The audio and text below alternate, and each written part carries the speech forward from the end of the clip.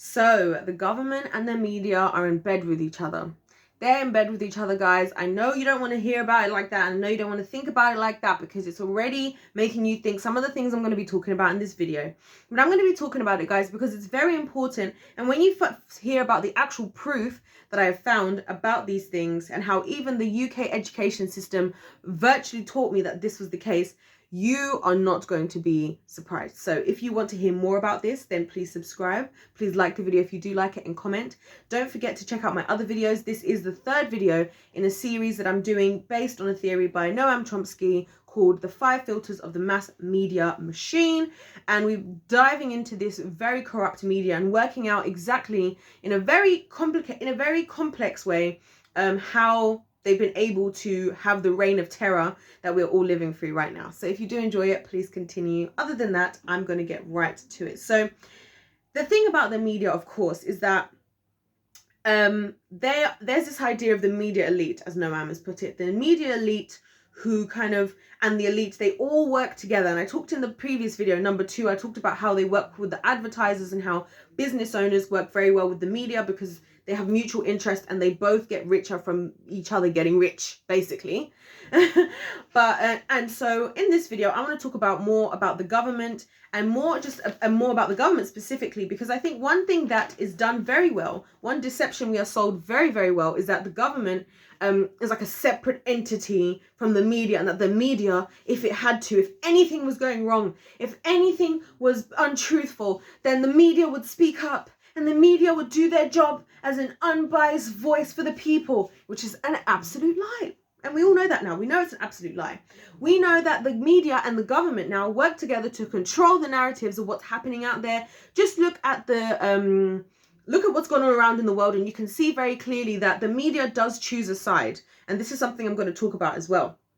The other thing that we see happening is when there are things going on in government. By the way, guys, I'm just literally checking my notes, just in case you're wondering what I'm looking down at. Sometimes I even thought about, and this was mentioned as well in this theory by Noam, about scoop and the scoop. And now I would say the new school word for that is tea. And that's why a lot of people even consider some of my videos on my channel as tea videos, like I'm spreading the tea, right? And I think deeply about why is it that we care so much about tea in the first place? Because the media, I feel, has profited off of the fact that, and the media / government being in bed together. Imagine they're in marriage. Something that helps their marriage work really well. Something that really helps their marriage work well is us being obsessed with drama and scoop and tea. Because guess what? As soon as we're thinking about what so-and-so did, if David Beckham is still with Victoria, if whoever cheated on whoever, right? It means we're not paying attention to what the media is doing, or we are because we're too busy caught up in their stories. We're not even thinking about the fact that why they're reporting on this when there's more important things going on in the world.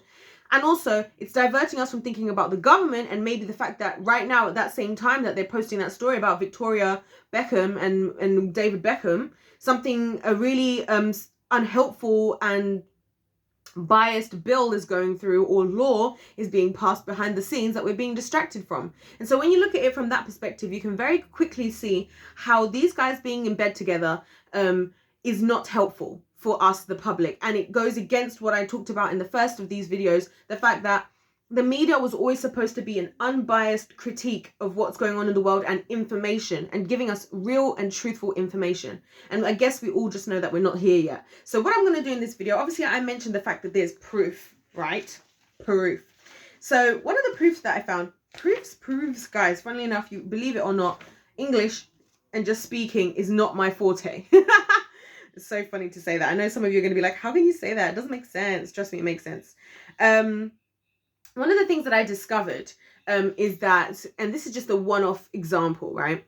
One of the things that I discovered is that Rupert Murdoch, there's a separate video where I'm going to talk about the influence of the big five, the big media five, as I'm calling them, in the UK media, and how they're basically taking control of the UK media as well, if I'm being honest. But anyway, and there was a story about how it wasn't a story, it happened, that just around the time of David Cameron becoming elected as Prime Minister in the United Kingdom, David Cameron is a Conservative, or was a Conservative. He was Conservative MP, Member of Parliament, for those of you not in the UK.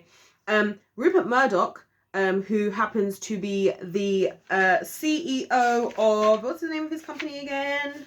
1 second. News Corp,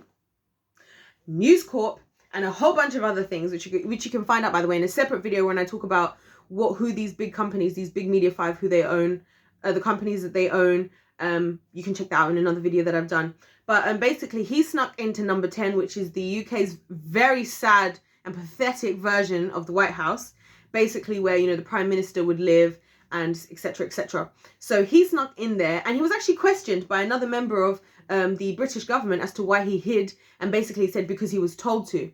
And I think he hid because he knew that if people could see that he was having an effect, that he was seeing David Cameron, that's automatically him choosing a side. Because if you think about it, the media should not be taking a side in these things, because the media is supposed to just put out the actual, like, truthful information, i.e., this party is running for this and claiming this, and this party is running for this and claiming this. And I mean, if you look at the US media, whoever side you're on, and I don't want to get into who's on whose side in this video, the media is supposed to report fairly and unbiased for both sides of the coin. It's not, we shouldn't be in a position where one's group is now always talking about one or the other or whatever. Another thing that I found that the media uses, and I saw this stated also in Noam's theory, was the fact that they love to have these official experts.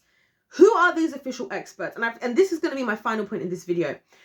I don't understand why we are so quick to assume that we're going to listen to people based on supposed qualifications or titles that they've been given. We are just so reliant on titles. So people, and this is what they use in the media, they'll have somebody come in and they'll be like, this so-and-so and so-and-so. This is what they've been doing right now with the current situation, if you think about it. What do they continue to do? We brought in Dr. So-and-so, expert in immunology and viral infections, with a PhD in the transfer of, you know, this is what they do. And as soon as you hear all those words, you go, oh, I don't understand it. This person's a genius. And this is another tool, I think, that's part of this whole elite thing that they do, and the government and everybody being in bed together, that helps us. Because again, it helps on both sides, because I tell you why. It's another one of these cycles that I spoke about, like with the advertising. If the government is being supported by the media, and you're listening to the media, being influenced by the media, then you're going to be like, oh, okay, I'm going to follow what the media is saying, and I'm going to vote for whoever because they said this about whoever. Then that person gets into power. Now that that person's into power, the media can go, well, look, we need to have good stories so we can keep up these people, and we supported you, so you're going to tell us what's going on. And you see how very quickly the media can take a side, and all of a sudden you understand why I said that they were in bed together, don't you? Exactly. Guys, we haven't even gotten into the crux of it. There's so much to like learn. So please check out my other videos. I'm going to be delving into the final 2 points in the 2 videos after this one. Don't forget to subscribe, like I said, and comment your thoughts down below, and like. But guys, seriously, this media thing is absolutely wild. And I'm going to continue to talk about it, because I think what we need to just break out of our heads. I want to be the one to help us all to break out of this brainwashing, which we can't blame ourselves for, where we thought the media was ever something we could trust in any single type of way. And I'm here to tell you we cannot trust them, not one bit, not at all. Other than that, God bless you all, and I'll see you in my next one.